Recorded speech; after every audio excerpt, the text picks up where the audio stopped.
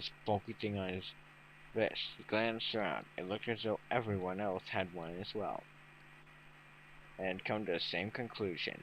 Sweet! Now we're gonna have some names to put the characters. The purpose of this game is simple. Leave the ship alive. It is hidden, but an exit can be found. Seek a way out. Seek a door that carries a 9! That was perfect. Junpei had reached the end of the letter. There was a long... Wait a second. A secret calculate. There's one last thing I must tell you. As you no doubt says, the ship has begun to sink. On April 14th, 1912, the famous ocean liner the Titanic crashed into iceberg. After remaining afloat for 2 hours and 40 minutes, it sank beneath the waters of the North Atlantic. I'll give you more time. 9 hours. That is the time you'll be given to make your escape. And there comes the thankful circle. 9 hours, 9 doors, 9 people. It's simple, really. You have 9 hours to escape, there are 9 people, and there's 9 doors. There's a simple explanation in the title. Voice finished speaking when sound of the bell echoed through the hall. Your time begins now! It came from the dance hall adjacent to the stairwell. Now, luckily, this game doesn't react in real time because, god dang it, I'm not speedrunner.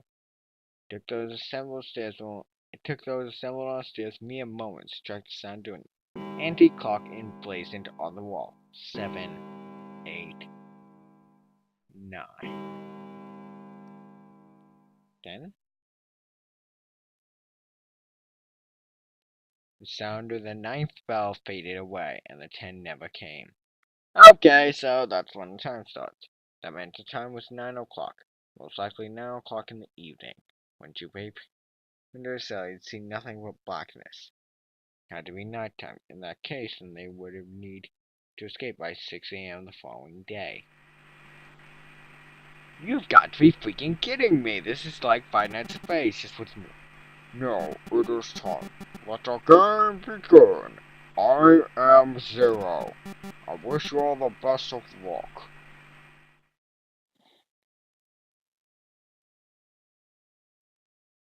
Speaker went silent and did not speak again. Finally! Alright, time to put her names to faces. And finish off this episode since I think we're going a bit long. Junpei too was consumed by his thoughts. There was a great deal he didn't understand. This is taking forever! Seriously, I think who was Zero? What was the Nonery Game? Why had he chosen to make them a part of it? Was he a criminal who took delight in playing with his victims? Or did he have some other purpose? Or porpoise? Joke. And why had Junpei been chosen as part of this insane game? Why had any of them been chosen? But one question was foremost in his mind. Akane. They hadn't seen each other since elementary school. Why had she appeared now? Coincidence? Nope. That seemed impossible. There had to be a reason. He didn't think it might be, but there has to be a reason.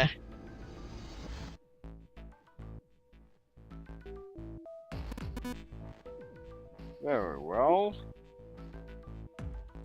The lion's voice seemed oddly loud in the silence. Standing around here won't do us any good. We got 9 hours, people. 9 freaking hours. We gotta totally own the crap out of this game. Best we get moving, don't you think? Get moving. Are you planning to open the numbered doors? Hey, wait. Don't tell me you're actually gonna do what this Zero says. No, that's not what I mean. Lion shook his head, mildly annoyed. I'm saying, let's find another way. After all, we haven't really examined this place yet. What? Hate to break it to you, Lion, but no, you gotta play the Nonery game. Come on, I'm doing a Let's Play on 999, not Seek Way Out. Which would be funny if the series was called Seek Way Out. Holy crap! Their separate investigations finished. All 9 people returned to where they had left one another. And had taken them. How many hours was that? So you guys started with 9, now you're down. So their work was nothing. They were all completely sealed in, except for the doors. Their hard work did not completely waste, however. They had learned a number of things for the ships they could reach. It seemed that they were confined to decks A through C, as D deck is currently underwater. C deck was as far down as they would be able to go, however. Reason being, D deck is currently flooded. The D deck was completely submerged. Strange, however, the water is no higher than D deck. Flow seemed to have been stopped somehow, evident by the surface of the water on D deck, which was as smooth as glass. My tongue. Prince knelt down and gently drew his hand across it. Perhaps this Zero fella has some sort of remote to seal a watertight door lower down. He said our time limit was 9 hours. In other words, this water won't rise for 9 hours. Then you're saying it won't sink till dawn? Well, that may be a little too optimistic. Point of wishful thinking. Okay, seriously. Did my voice change or something? I'm sorry, I can't remember all these voices. There were 3 metal doors on the ceiling. A single door stood off to the side with 2 more walls facing the central staircase. All of them were locked. None of them had numbers or verification devices. They were, however, like other doors. No matter how much they pushed and shoved, the doors refused to move, and the mountain and lion threw was against it a few times, but to no avail. The door in the back had a key. Okay, this episode's going longer. If it hits 40, I'm still not done with the character introductions. I'm freaking stopping this episode. And that's 240. I don't need elevators. There were 2 other doors on the deck as well, but they clearly were elevators. Each had a button next to it that was an upside down triangle. They tried pushing the button. No response.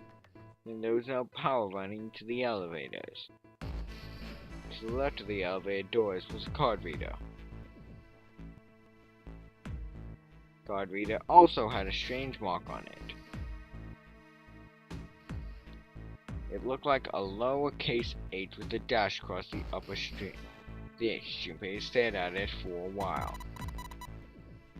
That's a symbol for Saturn. Oh god, this voice does not sound like a female. Ah, fudge it, it's my only female voice. It's an astronomical symbol. Then the mark on the other door.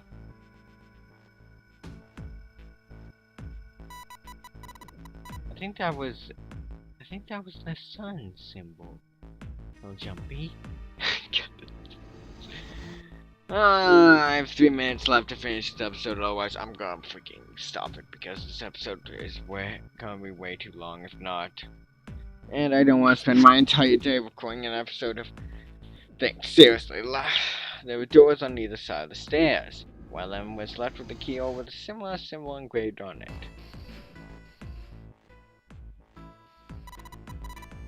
This is the Earth symbol.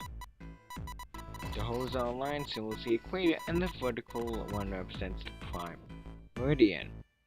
Neat. Geological stuff. There's a great circle cut in it, perhaps for a skylight or a glass dome, but had been filled with large metal plate. Very solid. Anything short of an explosive charge is unlikely to damage it. windows. There were several windows across both sides of the ship, or at least they had been.